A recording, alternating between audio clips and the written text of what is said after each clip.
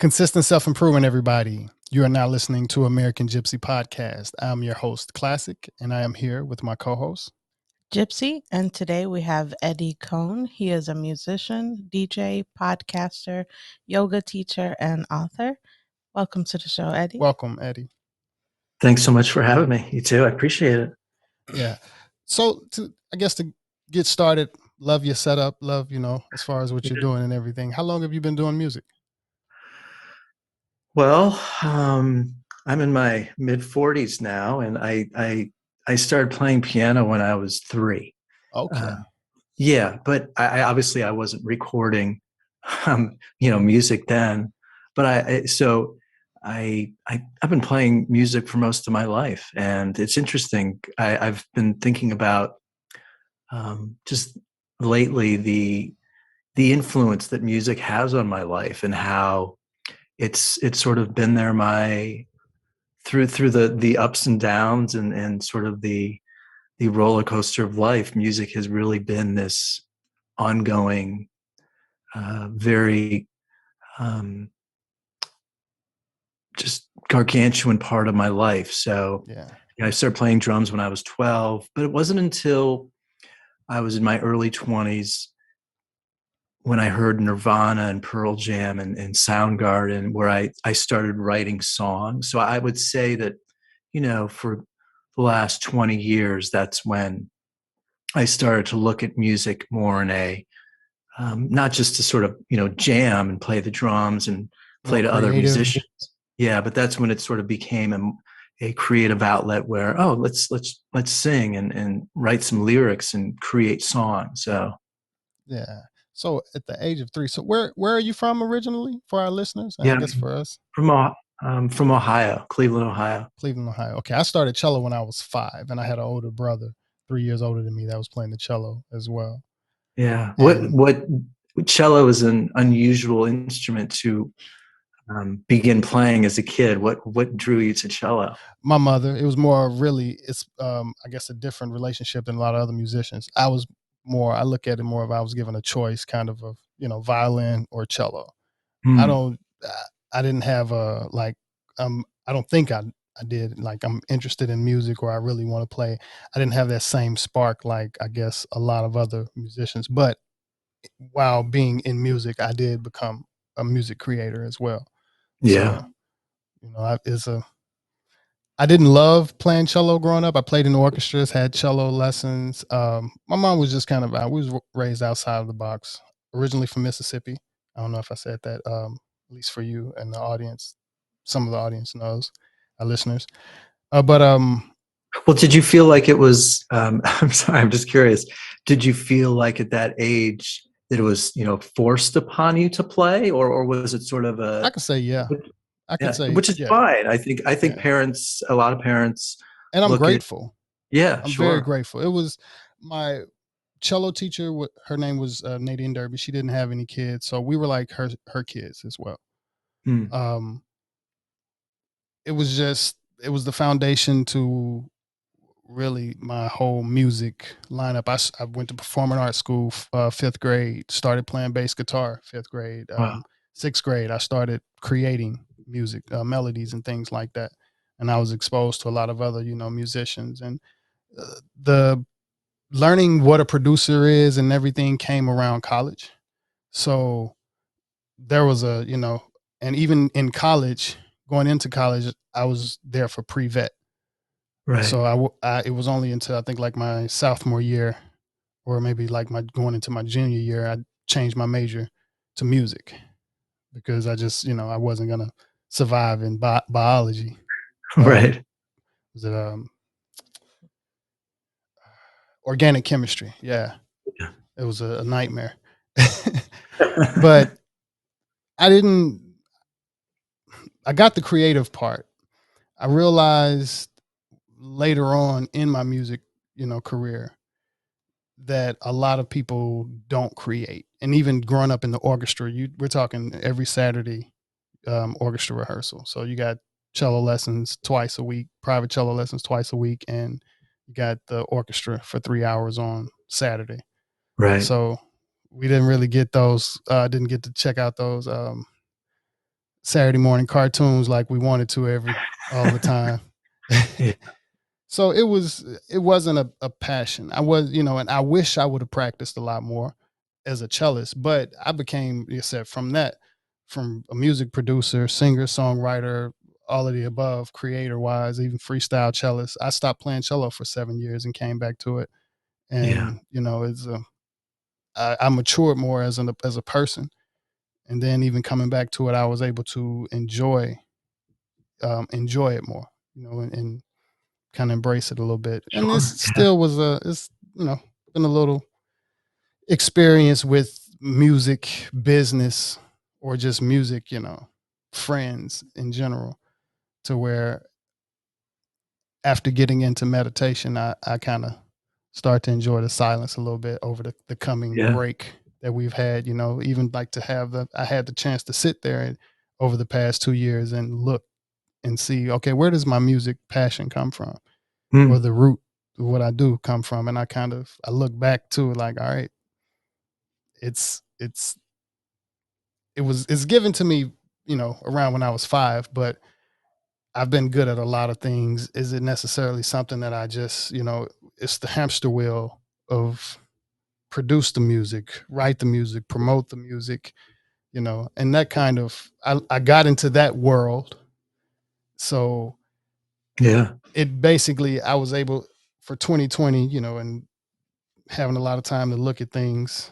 There are no concerts and stuff like that. Just got a chance to look at the whole music life and to say, okay, if I can do, if I was to press reset and start everything, what would I want to do, or what can I do? And then that's when the podcast, I guess, to roll around to the podcasting thing. Yeah.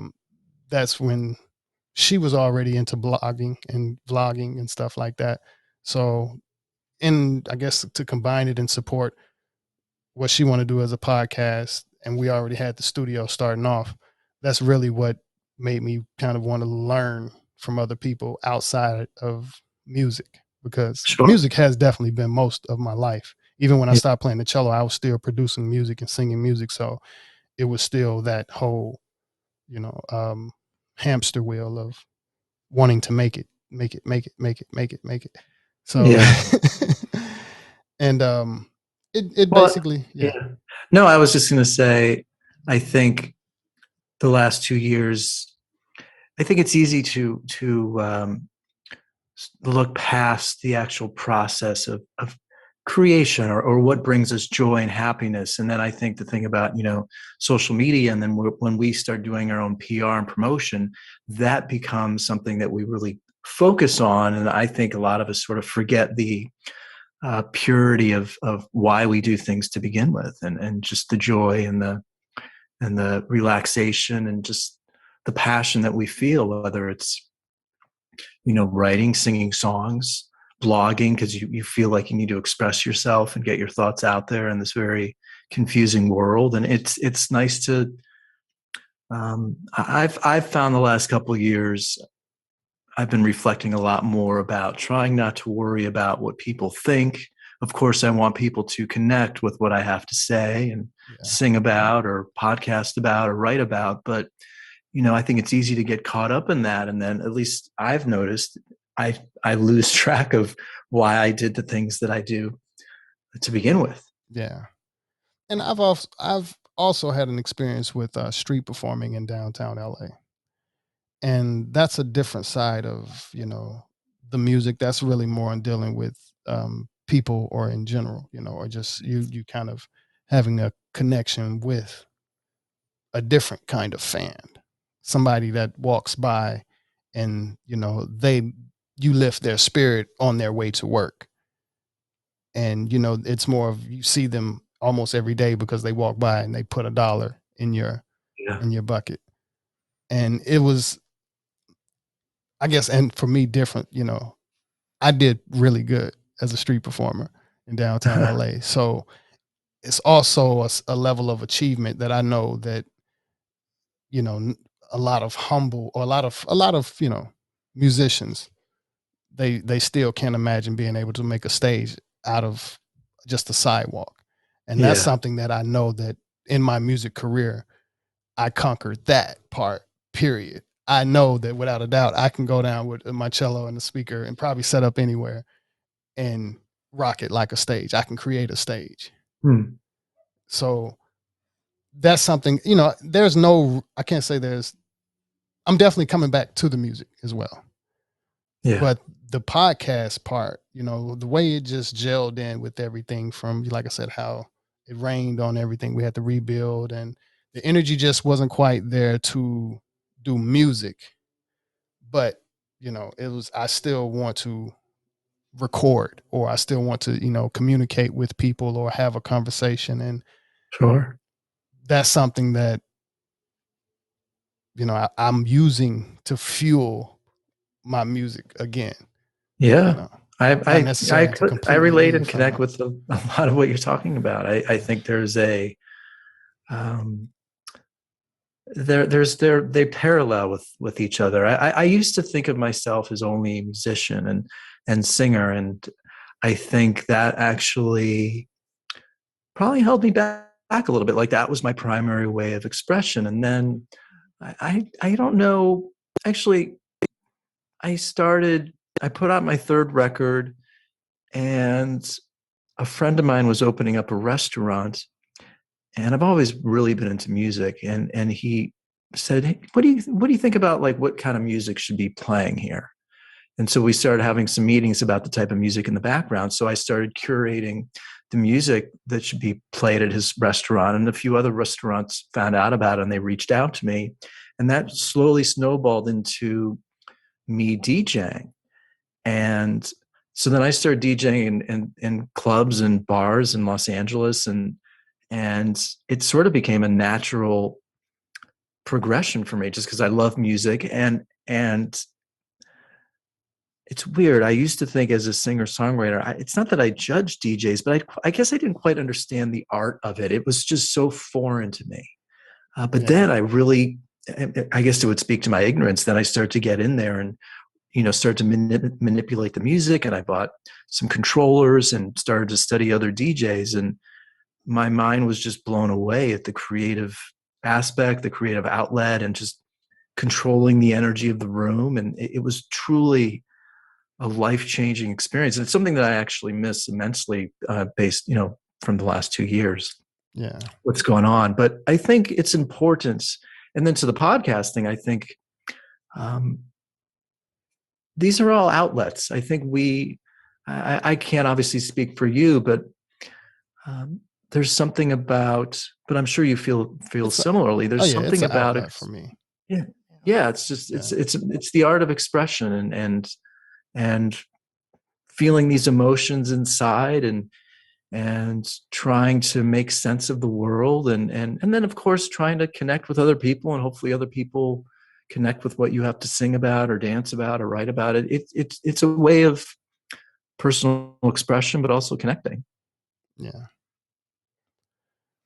So what was your first project that you kind of ever worked on, and what was the thought process behind that? As a musician? As a musician, yeah. Yeah, I was living in LA, and I started writing songs, and I was just demoing. I had like a 4-track Tascam recorder. This was before Pro Tools, or maybe maybe Pro Tools was around, but I doubt it. I don't think it was. Right. And I actually probably was. I just was clueless about it. And a friend of mine just liked the sound of my demos, and he referred me to a music producer in North Hollywood, Evan Beagle. And you know, I had been doing some home recordings with the 4-track. Maybe I did at this point even have an M-Box, but I didn't know a lot about recording. But Evan and I met up, and he was really into similar music that I was, and he liked the way I sung. And so we recorded some demos, and I gave the demo to a friend of mine that worked at Columbia Records. And then we started working on some demos together. And I kind of had like a development deal, and nothing came of it with them. But clearly I was creating something that sounded sounded good because people were responding to it. And then that ultimately led to me recording a record with Evan in the next couple of years. And that record was called If I'm Happy It Ends. It came out in 2005. And I worked on it with Bruce Watson, who's a pretty well-known guitar player here, and he's touring with Foreigner right now. And that was that. And that sort of created again, I've been playing music for most of my life, but that really cemented the world of songwriting and production and beginning that process. What do you think? I guess actually, I really want to ask, what do you think about Los Angeles in general? Because we didn't get to talk about your transition from here. I usually ask, like where you're from, and then let you explain how you ended up where you are now. Because a lot of our guests that we talk to were born somewhere, and then they live somewhere else. But I guess we missed that part, or to connect that part. But what was it like how long have you been in Los Angeles? And what do you think about 25 years now? Okay. I obviously, it's weird coming from Ohio.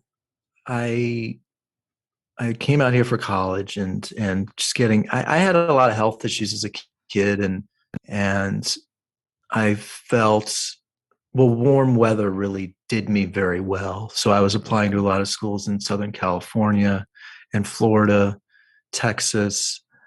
I think at first I was a bit overwhelmed at the immense size of the city and being so far from home. But I think once I settled in until in my early 20s, I really began to appreciate the beauty, the diversity. And now, just as an older man, I've loved this city for a long time. I think I've certainly not enjoyed seeing some of the the cultural destruction that I feel like has sort of happened here with the homeless. Just the rise in homeless in downtown is really sad to see, and even here on the West Side. But and obviously the housing is so expensive. But I love the culture. I love the different types of people. I love the energy. There is something about the energy that is indescribable. Yeah, I agree.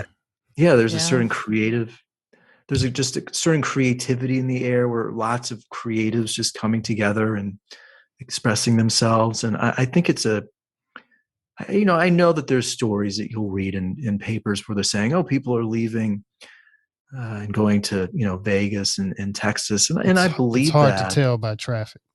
Right. But I think this is still, one of the greatest cities in the world. Oh yeah. So what is it like comparison to where you're from? Ohio. Yeah. You said you're from Mississippi? I'm from Mississippi. Yeah. Lots of trees and I think reverse from LA. Yeah. Same thing. It's lots of trees. I grew up in the suburbs, but I went back about a year ago. My dad was having some health issues, and looking back, it probably was a really great place for me to grow up. Yeah. Just because I think being a kid in the city, I'm sure, matures you very quickly. And I think growing up in a place like LA and the big cities kind of take the fun out of the city to a certain degree, because it's like they don't have, they love it as well, but they don't appreciate it quite as much as people that's not from here. Even like for me, like you said, not even talking about the people, but just the landscape, the beach, the everything around. I love that alone. It's not even, not even necessarily about the sunshine. It's a whole energy here, and the people make it even better. Of course, the cultures and stuff, they make it better, especially like you said, out west around, Venice, looking past the homeless situation, but the energy there is it's there. It's a pretty pleasant energy. I've walked down through there with my mom before. It was funny because it's her first time, actually our second time coming out here, but we walked down through the beach, and there was this 2 ladies riding the bike, and one ran into the sand and just kind of fell over a little bit, and I helped her up, and you could tell it was maybe like brunch, but she'd been drinking a little bit, so my mom just sat there and watched me. The lady let me help her, and she got on her bike and she's like, all right, let me get it together. Okay, here we go. You ready? And just let me, roll her on, and she was going and she went on, but it's that energy my mom got a chance to see.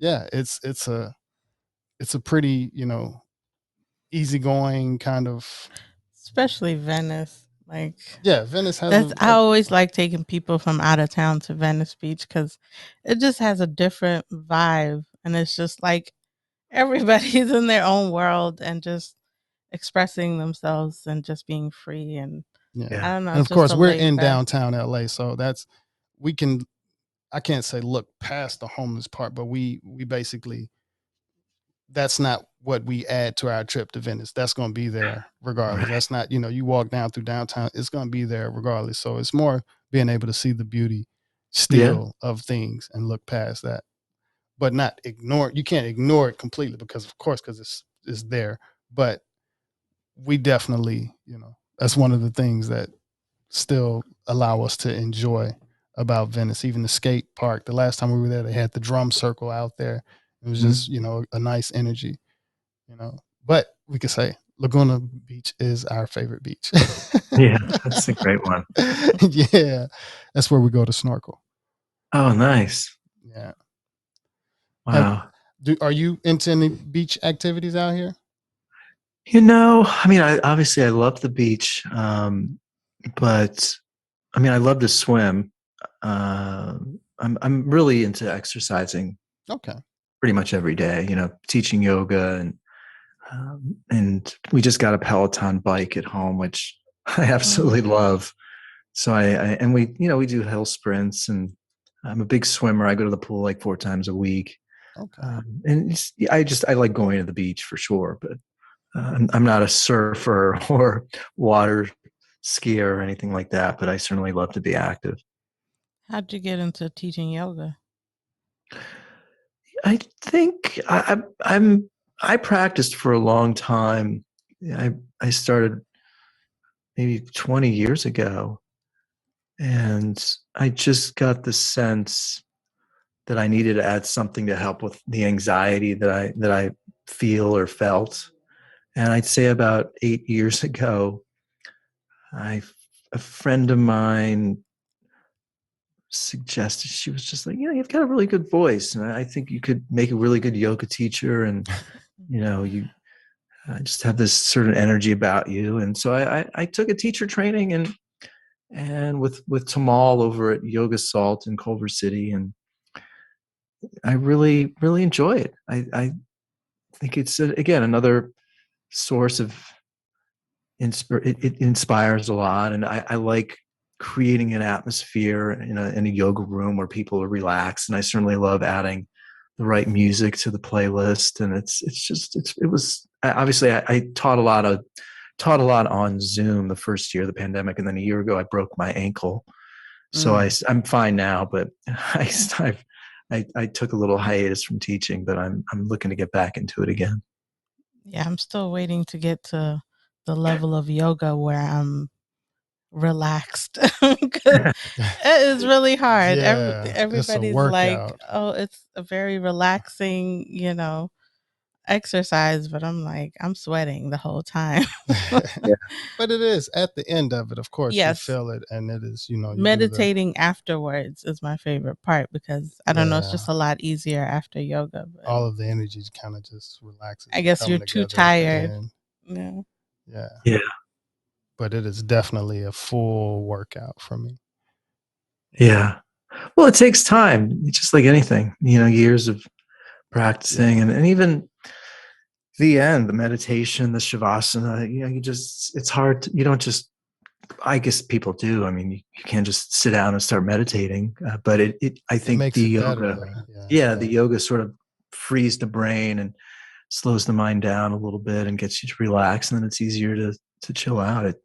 Look, especially now with all the distractions and the technology, it's hard to relax. So it is. How do you think the music industry has been affected with the whole change of, the pandemic and everything? Well, I mean, what part, or what more As far specific? as What do you even mean? like with from concert requirements, as far as mandates to have certain certificate or certificates just to get into concerts, or even just the whole industry together. Yeah. Have you noticed any change, even just from I guess music or filming or anything? Gosh, I think it's complicated. Yeah. I think, well, during the beginning of the pandemic, I mean, obviously a lot of us were just moving to Instagram lives and doing performances on Facebook. So that was a big shift. Um, you know, Because for me personally, I could say that's one of the things I did think about when everything was going on, and the whole when things start moving again, it's just not going to be the same music program, and you would have that other one factor of I guess being vaccinated to enter a concert, or even just that whole system would never be the same, and it would come, it was already kind of a I guess you had your gatekeepers, so it's still hard to get to a certain level, I guess, in the industry yeah, with before that. So do you see that as, for I could say for me personally, it definitely made me go back to the drawing board and say, you know what, let me look into something that I don't maybe have to go perform in front of a big crowd. yeah. Maybe I should change I my think it's career. harder now for artists to make a living than ever before. And I think this is pre-pandemic. I think, and this is a lot about what my podcast is about. I think we need to live in a world where artists are appreciated for their work, and beyond just a like on a Facebook platform. I think people have been retrained to not pay for art, and I think the streaming platforms have created that. I think Netflix and HBO Max, by charging only $5-10 a month for a large quantity of shows, but many of them, what's happening to quality, what's happening to the gatekeepers out there that are picking and selecting shows. I mean, we are so heavily reliant on algorithms now to do the picking and choosing for us, as opposed to a film critic from Newsweek. Granted, they're still working at Newsweek, but is anybody paying attention to them? I mean, people are just turning to Rotten Tomatoes and looking at a number, and if it's like 95 or higher, or 80 or higher, oh, I'm going to watch that show or that movie. I think it's complicated. I think artists, just Spotify paying 0.003 or 4 of a cent for every stream. I think music companies are not paying as much as they used to get music in TV shows and movies. I think it's a strange. And they can pay more. Of course they could. Yeah. Yeah. They can pay more. But again, they also know, the producers know of the show. Well, if this person's not going to do it for $500, well, I know somebody else that will, even though that person may have made $5,000. It's really been an evaporation of appreciation and of what is art worth? What is an article worth? Again, people aren't reading newspapers anymore. It's why so many newspapers are going out of business, and a lot of writers are moving to Substack, which on one hand, it's encouraging because some people are paying for it, but it's really, we are witnessing and sort of in the midst of this collapse and rebirth of art. And I don't quite see the full rebirth happening. I mean, I know we have NFTs now, and I know we have Substack, but still, the percentages that I see and the people that I speak to in the articles that I read, it's under 1% of artists are making a living wage through art. So it's I think complicated, but I think a lot of it is that our cultural appreciation for what artists do and cultural appreciation for art in general, you guys may disagree. I just think it's not what it used to be. No, Yeah. I can agree with you, because even as a street performer, I've learned, I was out there, I kind of got a on the ground, mental view of kind of just what's going on in regular people, or even just people in general, from middle class, poor class, rich class, homeless people. A homeless guy will walk through there and pull out whatever he has in his pocket Mm. and will drop it in there if he can. Just out of understanding the ritual of, there's a person performing an art, let me be grateful somehow, even though I may not, even if it's just a trinket or something, I can just drop something Yeah. in there like everybody else is doing. And you could have a guy that's filthy wealthy, or anybody, a female lady that's filthy wealthy, walk through there and just whatever, and I walk right on by. And then you have, I've had somebody right there, period, drop $500 in my Cash App. But it's also hard to get any of those people that are quickly drop some money to press subscribe. Right.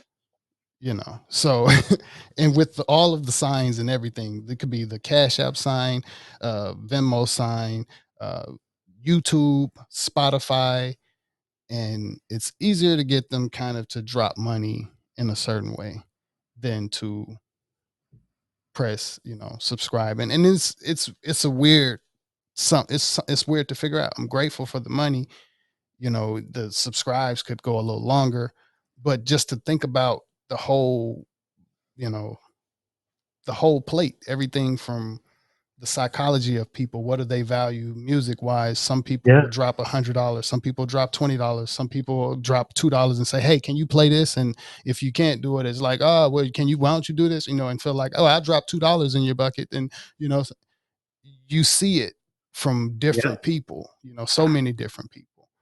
So for me, I kind of, it's, it's a weird, puzzle. Yeah, I mean, you bring up a good word that I think about a lot. Is just value. What do people value anymore? It's really interesting. And what do we take for granted? I think it's something that I think a lot, just with tech and smartphones and social media and apps. I think people are so drawn to the quick fix, titillation, the dopamine, the attention. But I think we take a lot of other things for granted, and I think we do take artists' work for granted.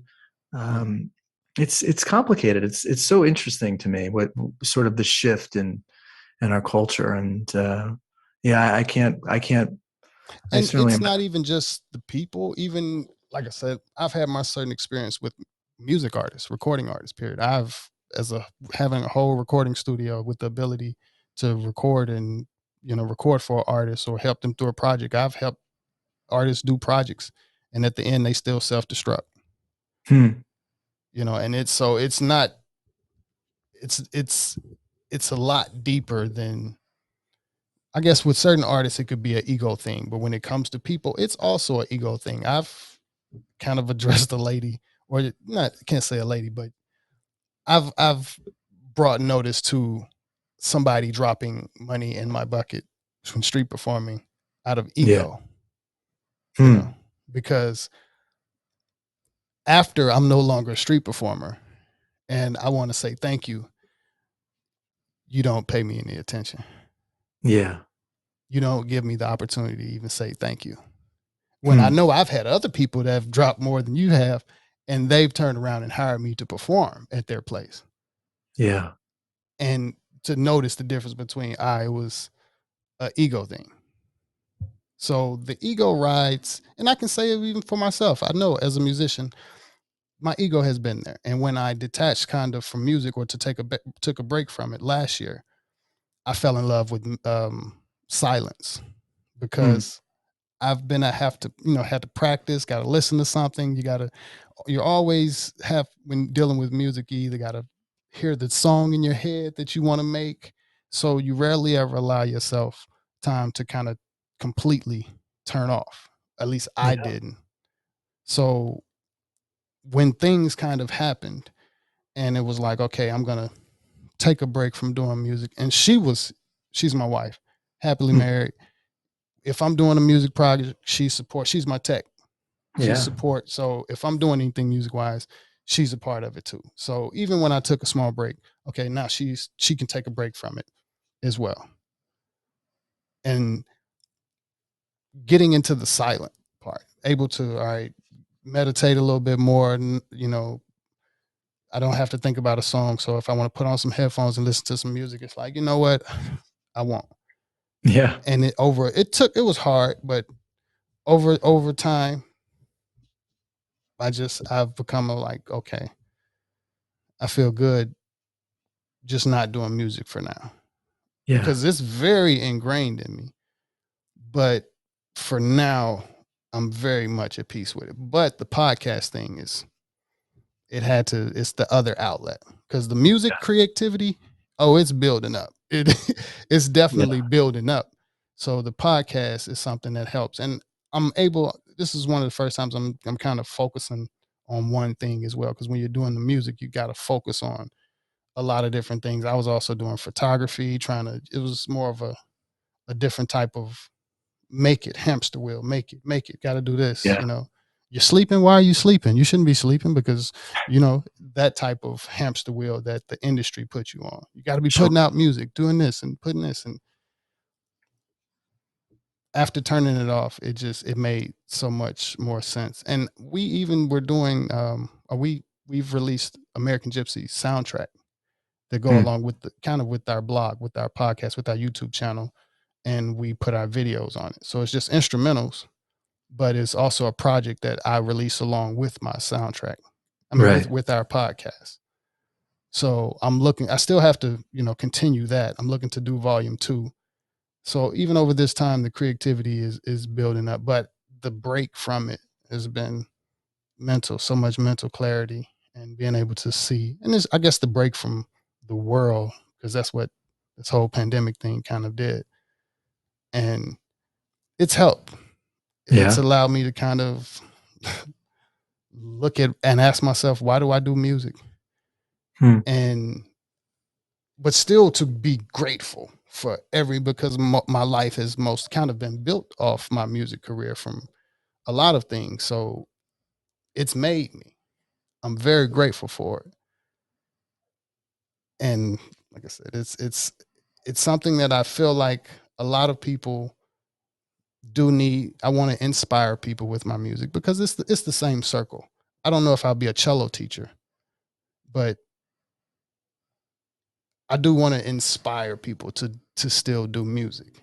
I don't know if I can't really say I agree with the industry, because if you're not mentally ready to deal with the music business, or just the whole hustle, the drive, the new, the new world of music that's there, it'll break you.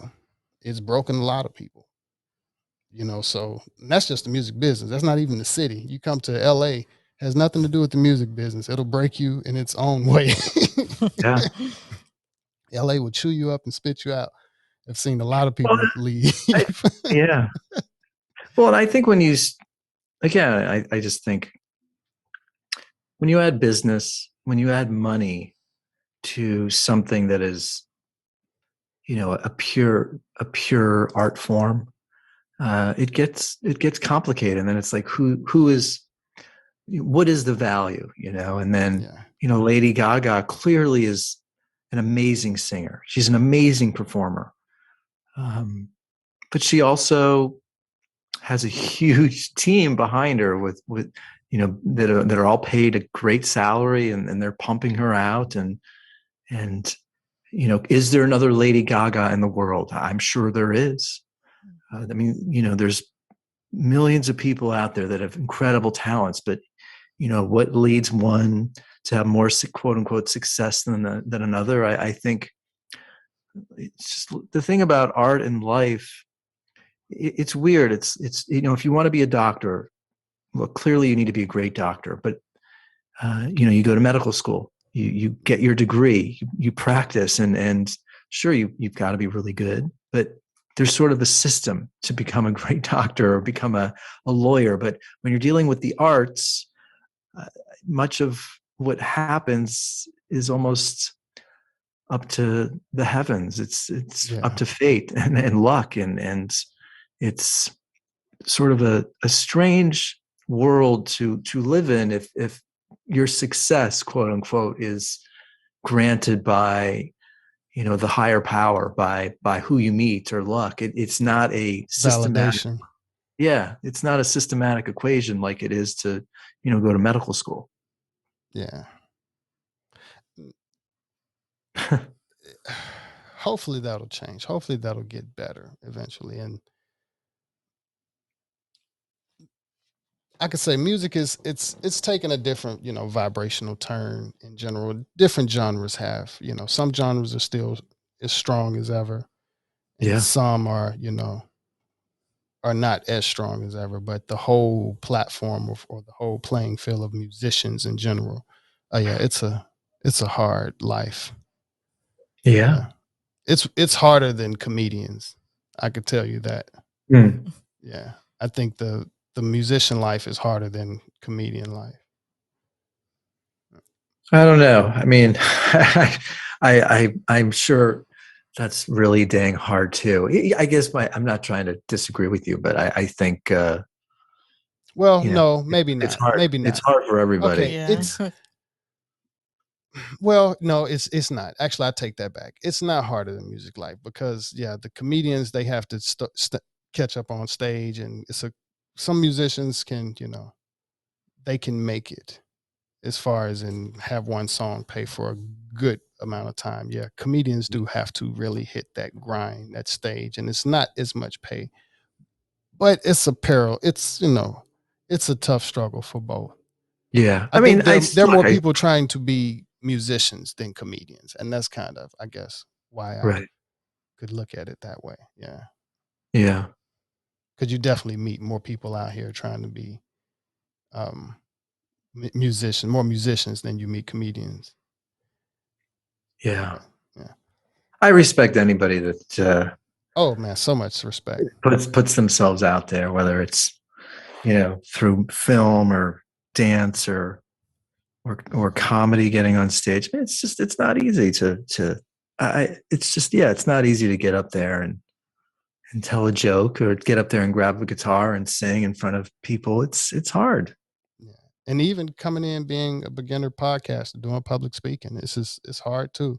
I got much respect for the people that's been talking all of their life and still doing podcasts or just public speaking in general.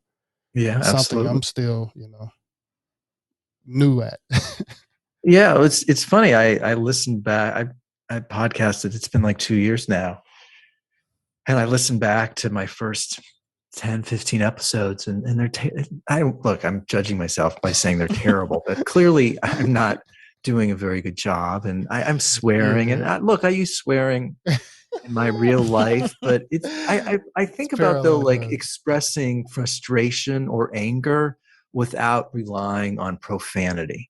And that's something that I think about, like by instantly saying, the F word or saying something, I guess your emotion could come out and you could express something or how you feel earnestly about something, but you're okay to cuss on here as well. Okay.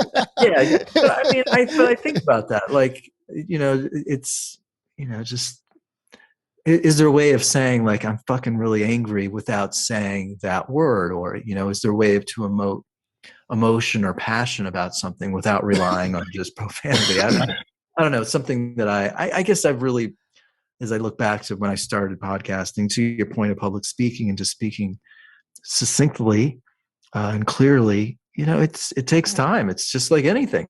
Right. As a person that doesn't say it a lot, then it makes sense when you say it those few times to That's really true. express how you mean. But if you're basically expressing every emotion with man, fucking and fucking, it's then you're wearing it down. That's mostly, I can't take you serious. I thought you didn't mean it. I didn't think it meant that much to you because you always that's say, actually yeah. But point. That's sorry, go ahead. No, I was just gonna say, but if you need to express it at that point, because we've had on other podcasts as well, where they're talking straight and then they say something like, oh wait, can we cuss? He's like, but you needed it to express that, and that's Yeah, that's knowing the difference. Sometimes it's therapeutic. But we did think about our first season the same way you thought about yours. Yeah. Well, and I think to your point, if it's used sparingly or used to really emphasize a point, it actually works brilliantly, and it certainly can be very emotive. But yeah, I think to rely on that and just using it over and over again it is tiresome after a while. Yeah. I still like listening to somebody like Gary Vee, though. It's still funny that he uses so many F words of his. Yeah. But that's it comes along with life, adulthood, movies and things like that. And this isn't for kids. But how do you feel like the NFT world will help artists, or just from change anything, period? Yeah, I don't know enough about it. I'm like very slowly getting a little bit educated about digital art, the digital landscape, and it feels like some artists are getting pretty lucrative deals and making pretty lucrative amounts of money. But I think any way that the blockchain can bring profits to artists' work, I think obviously I'm all for. But that world, and I have a friend who's really entering it and learning as much as he can about it.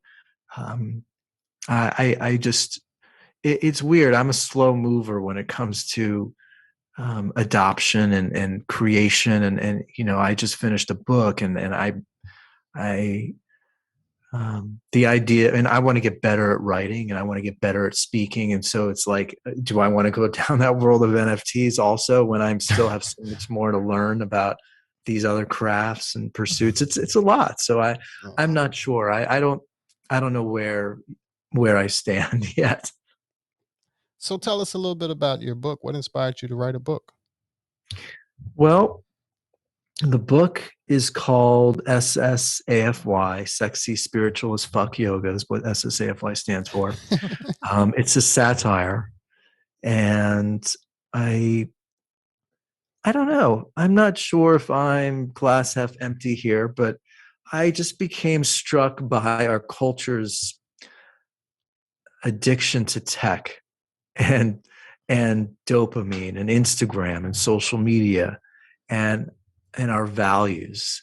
And as a yoga teacher, I also started to see a lot of yoga teachers using social media quite extensively. And I believe our culture is becoming so addicted to attention and tech. And I think social media is also creating a world of narcissists where people are only talking about themselves and they don't know how to listen.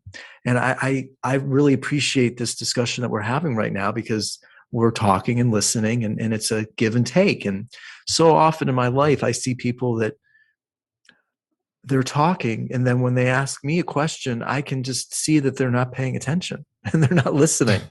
And so I felt like, and if yoga teachers are also using social media, and to me, yoga is about tuning out distraction, tuning out the phone, turning off the phone, listening to your own voice, listening to your own breath.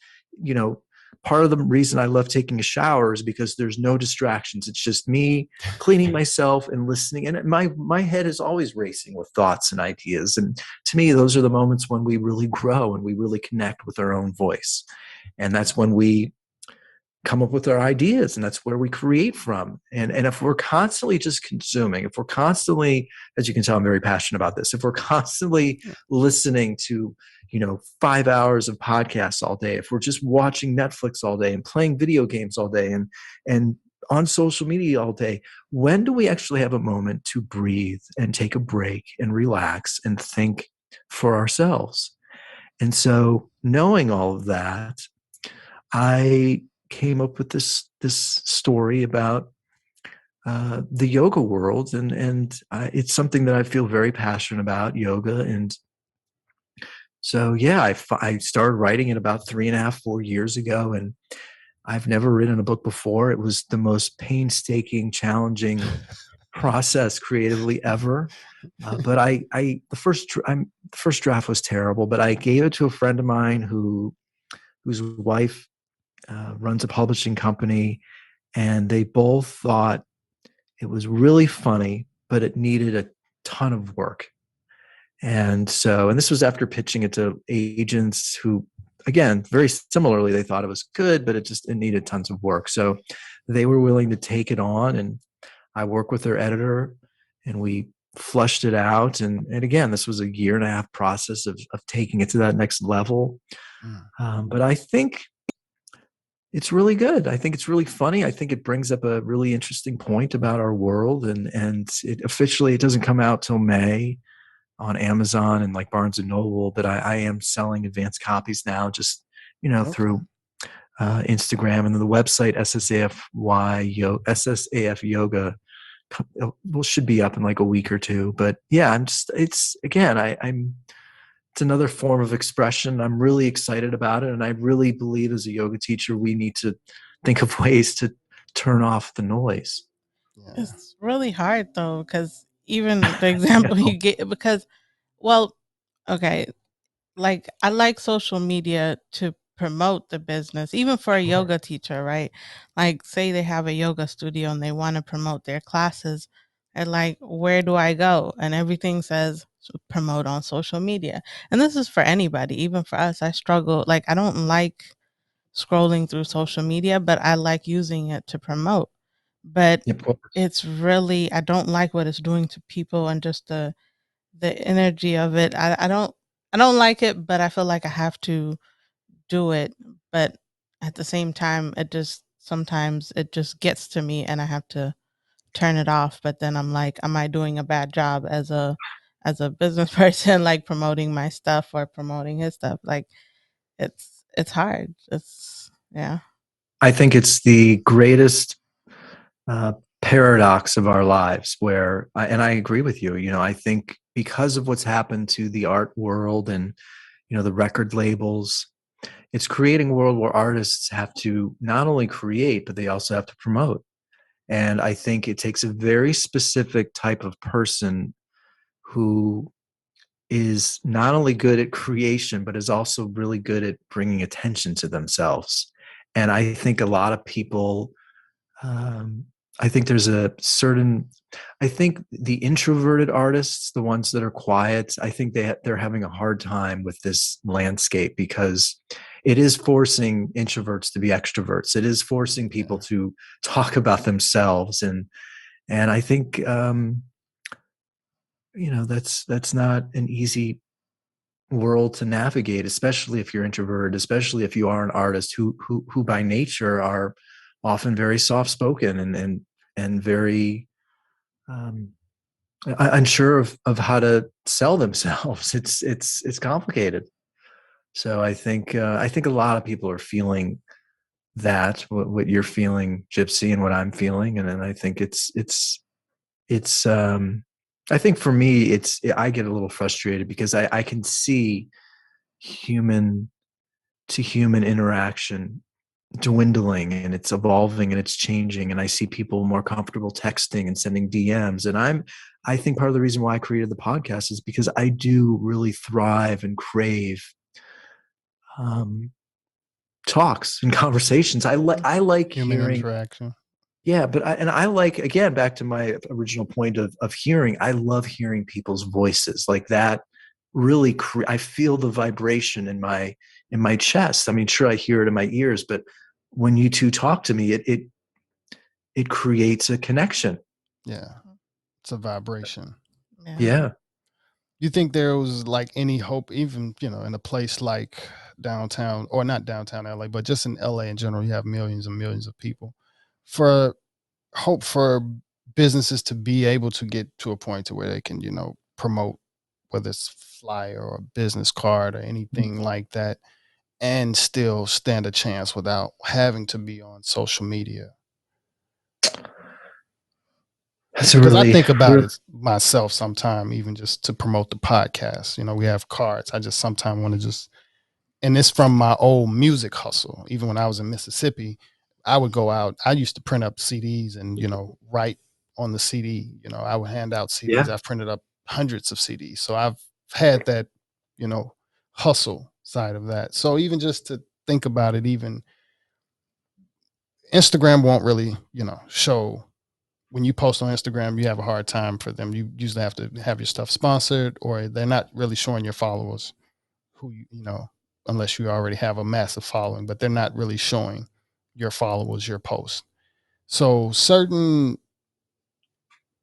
to reach or to even to build, like you said, to not use social media, what would be any other hope of promoting a business in a time like now, even when, physical contact is dwindling, or, human interaction is dwindling?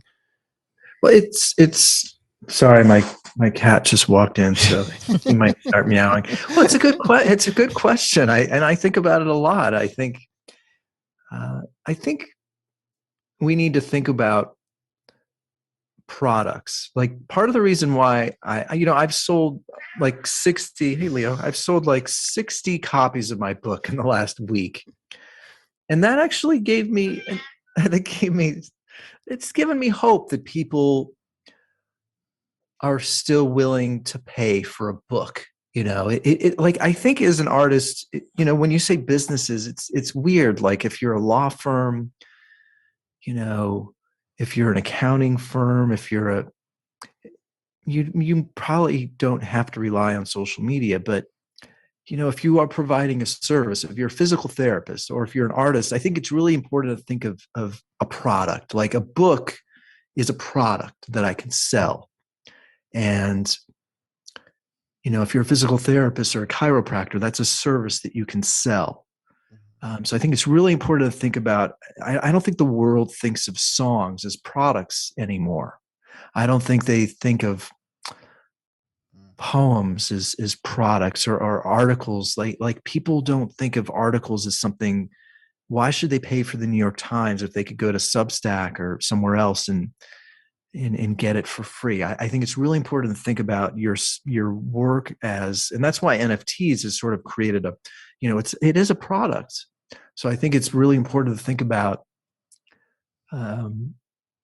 what you can sell. And I think you probably will always have to rely on Instagram or social media. And I do toy with boosting posts and trying to tap into new audiences. I think that is important to play with. Again, I think you do need thousands of dollars to really make a dent, because I have a friend who works for a PR firm, and they're pumping thousands and thousands of dollars a week promoting their products for brands. So it's complicated, but I think it's important to think about other resources. If you're an artist, can you teach something? Do you have and that's why the podcast is potentially a great idea, because you're providing information for people that may inspire or get them to think of the world a different way, or maybe they connect with what I'm saying or with what you're saying, so they're going to then want to continue to see where you go and what you want to create. So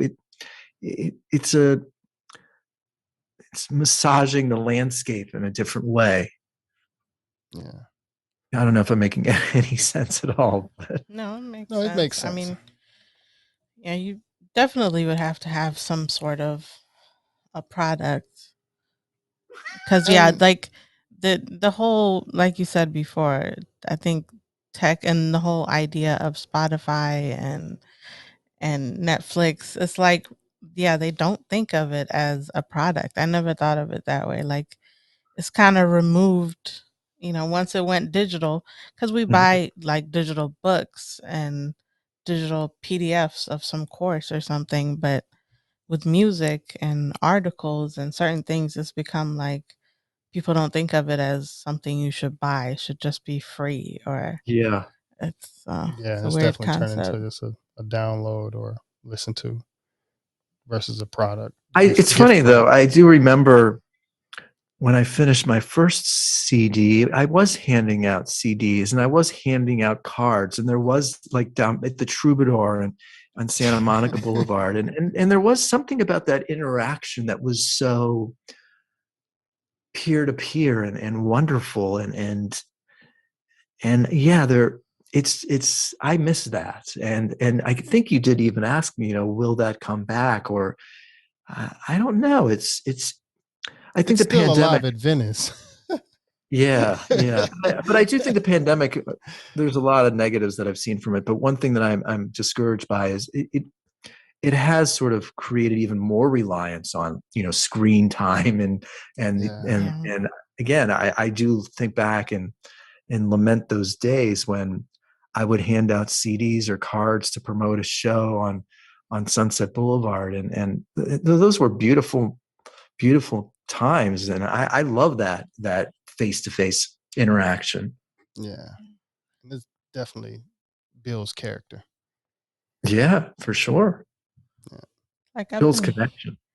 Been hearing a lot about like screen time and the dangers of it, but it's like for a person like me, it's like I do web development, so I spend time there on the computer there, and I do social media promotion, spend time on the computer, and I do like everything is revolving around the computer, even for work and for play and all of it. So it's hard to get away. Yeah. From yeah, it really is. They have made it hard to get away. Do you guys like have a do you guys have like no phone after 9 p.m. or no phone on Saturdays or anything? Do you do that? Or it should be when we go to the beach. We should do that. There are times where, whenever we go to the beach or we go rock hounding. Yeah, when we go rock hounding. Cool. 4 to 6 hours of you're not even thinking about your phone. You're not looking at anything. Yeah. No service. Yeah, you're out in nature. Do you go to like Joshua Tree, or where do you go?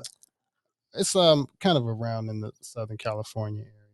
Yeah, okay, we've been several places. We've been to Joshua Tree. Yeah, Joshua Tree, would love that. Palm Spring area. We've even been to Georgia. We went to a mine over there, and oh wow, they had rose quartz and tourmaline over there. There's a few spots I have on my list that I want to definitely go to. But we definitely do have to implement some type of. Most people don't know what we're talking about when we say rock hounding, so I'm like, okay. Yeah.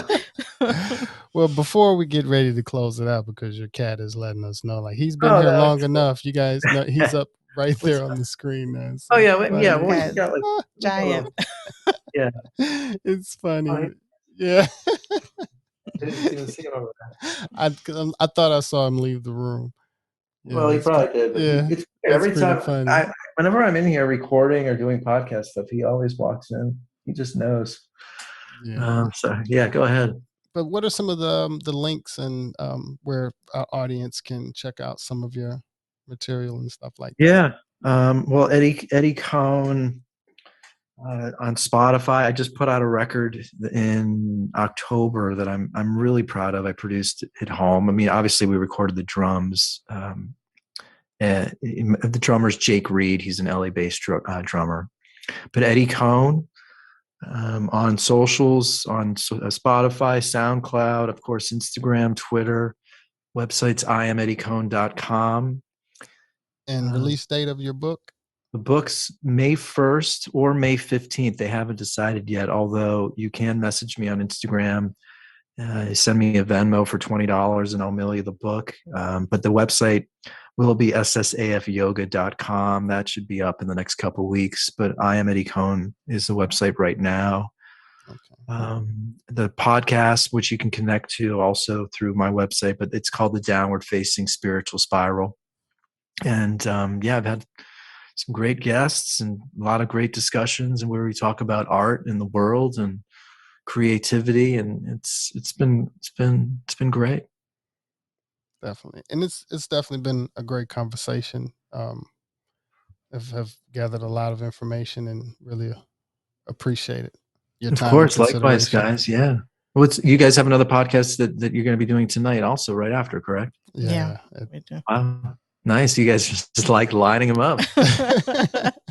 We try to limit it 2 per day at the moment. Yeah. Oh gosh, so that's a lot. Yeah. Yeah. Oh yeah, it's definitely have rolled into its own little thing. Like I said, it just kind of, we weren't expecting this, so we're just kind of waiting to pull our head up and see how. And Will you email me, or when does this go live? Yeah. We'll email you everything once it goes live. Yeah.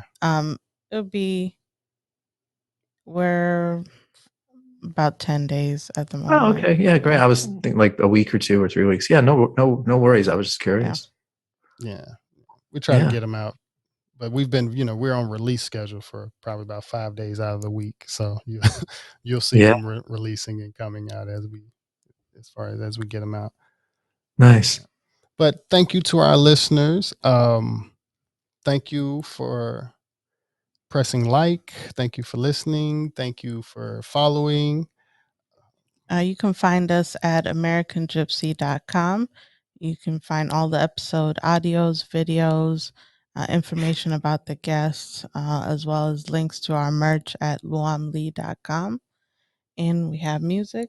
Also have music under Classic Carpenter. That's KLACCIK CARPENTA. And that's on Spotify, iTunes, Tidal, all major YouTube, platforms. All major platforms.